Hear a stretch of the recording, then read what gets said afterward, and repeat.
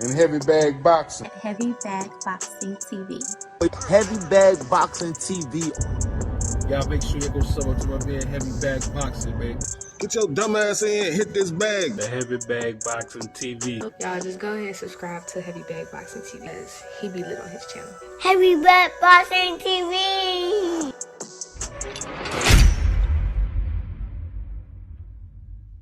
Oh man, Bud Crawford getting comfortable out here in these streets, talking about and instigating, might I add, a fight with Tank Davis. And I like it. I love it, matter of fact.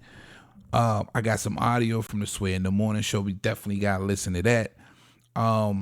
Let's talk about it. What up, YouTube? Big T.O. Heavy Bag Boxing TV, man. Get your goof ass in here. Hit the bag. Hit that like button for your boy. That helps the channel. You know, I appreciate that love. Shout out my gang, man. D1, Merg 1, ML21, Skinny, JT, Black Jesus. Can't forget my boy, Troy Jack, Kiwan, Letitia. See you, girl. My guy, Tyrese Celestin. Rebel Life Modern King, man. Y'all know the usual suspects. Bud Crawford getting comfortable instigating his Tank fight. Why? Because he knows the magnitude of that fight, bro. He knows that a fight with Tank Davis, and I'm going to keep it all the way a buck, more than likely is just as big, if not bigger, than the Errol Spence fight, bro. Yeah. Tank gets those views, that viewership, those pay-per-view buys. He put asses in seats. Bottom line. And Bud knows that, as he stated, that's a big money fight, and he'd be willing to stay at 147 for Tank Davis. Matter of fact, I'm gonna unpack a few things, but let's go ahead and give this audio a listen from the Sway Morning Show real quick. Gervonta Davis speaking about you. If you want to dare to be great, you can't be like all the other fighters that's moving up 2 weight classes and, daring to be great. You would fight him. Man, tell him to come up there. He got to come to win 54. He said I got a glass chin. So tell him to come and touch it. Ooh. Oh, man. Gervonta said you got a glass. He said I got a glass chin. Tell him to come and touch it. At 147? At 147. I'll make 147 for you. Ooh, see, oh, man. You gonna have a pre-count. Hey, so Bud basically daring that man. Tell him to come touch it.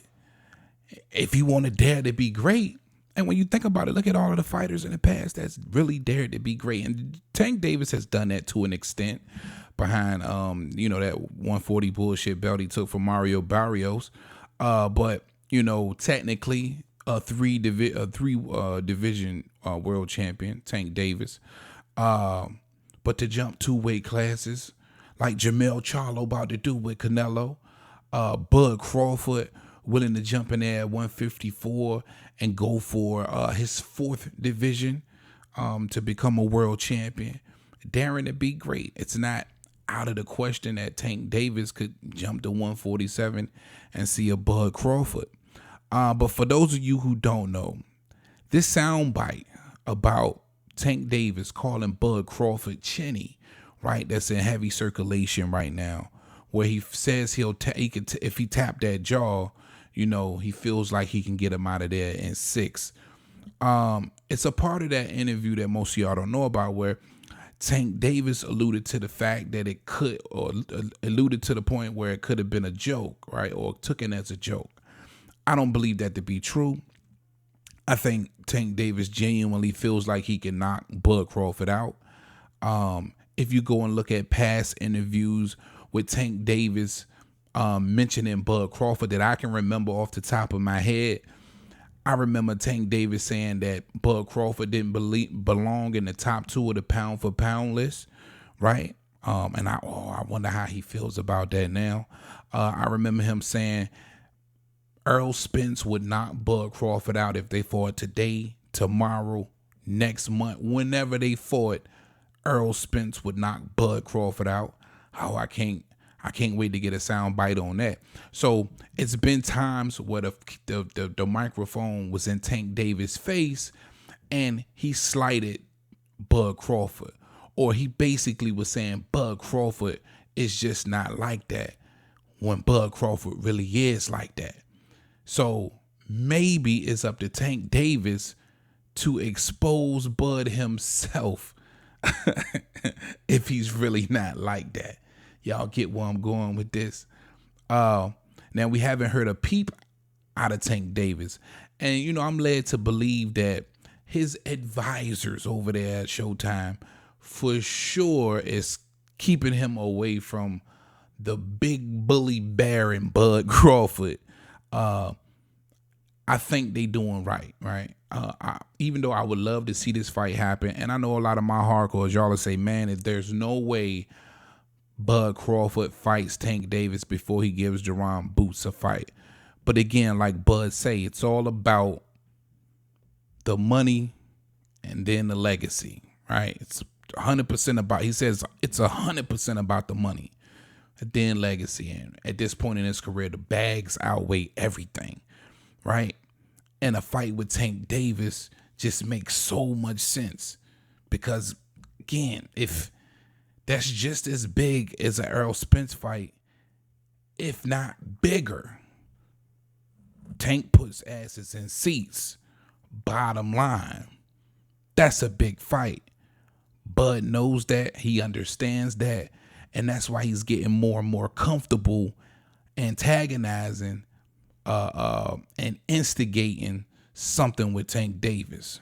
That's why he don't mind basically daring him to come up to 147 because it's a big money fight. And at 36 years old, about to be 36 years old, Bud Crawford, that's all he's looking for right now. And it makes sense. Makes sense. But I can't wait to hear what Terence Crawford has to say about this. I think his team is being smart about it. If you paying attention, you'll notice that Tank ain't really talked about nothing that got to do with Bud Crawford. And I think it might stay that way. You know what I mean? Don't get caught up in the Bud Crawford Express. They stand to make a lot of money moving forward in the future with Tank Davis. It's a lot of talent at 135. He's alluded to the fact that's where he's most comfortable at. So I get it, right? But if you want to dare to be great, if you truly believe Bud not like that, go poke the bear. All right, that's all I got for y'all on this one, man. Big TL Heavy Bag. Y'all let me know what you think in the comment section. All right, I got my guy with me too, man. You know Roger and this motherfucker. Talk to him, Roger. Most motherfuckers don't know shit.